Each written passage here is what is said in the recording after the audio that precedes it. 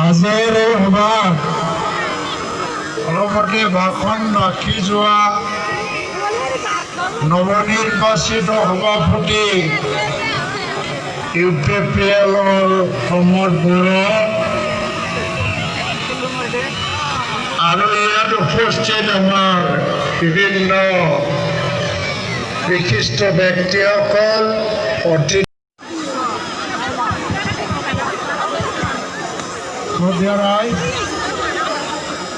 আজিৰ সভাত অলপতে ভাষণ ৰাখি যোৱা নৱনিৰ্বাচিত সভাপতি